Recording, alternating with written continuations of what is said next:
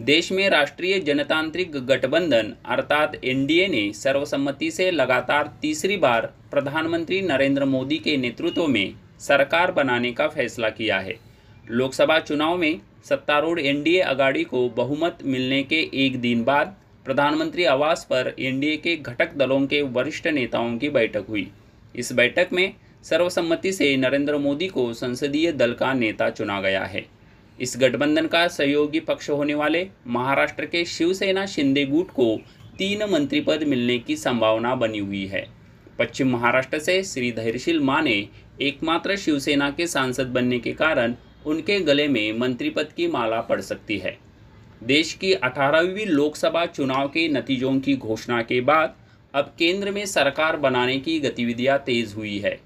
इस लोकसभा चुनाव में भाजपा 272 यह बहुमत का जादुई आंकड़ा भले ही अपने बलबूते पर प्राप्त नहीं कर सकी, लेकिन 240 सीटें जीतकर भाजपा देश की सबसे बड़ी पार्टी बनी है। भाजपा ने यह चुनाव एनडीए की अगुवाई में लड़ा था, जिसके कारण तेलुगु देशम पार्टी और जनता दल यूनाइटेड भी इसमें शामिल थे।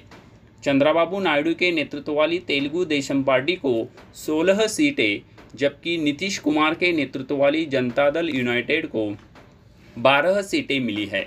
साथ ही महाराष्ट्र के शिवसेना शिंदे गुट और राष्ट्रवादी के अजित पवार गुट ने भी एनडीए की अगुवाई में यह चुनाव लड़ा था। इसमें एकनाथ शिंदे की शिवसेना को 7 सीटें मिली है, जबकि अजित पवार के राष्ट्रवादी को 1 सीट मिली है।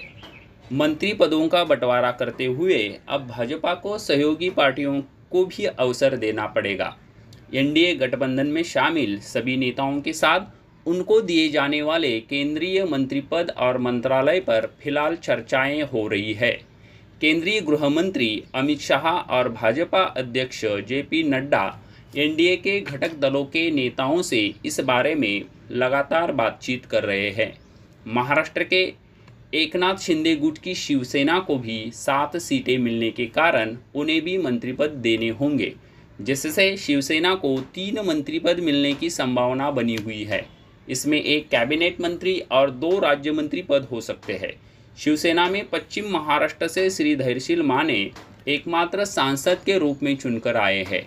राज्य के समतोल को ध्यान में रखते हुए मंत्री पद के लिए पश्चिम महाराष्ट्र का भी प्रमुखता से विचार किया जाएगा। इस कारण श्री धैर्यशील माने के गले में मंत्री पद की माला पड़ने की ज़्यादा संभावना बनी हुई है। इसके साथ ही श्रीकांत शिंदे और अन्य नामों का भी विचार हो सकता है।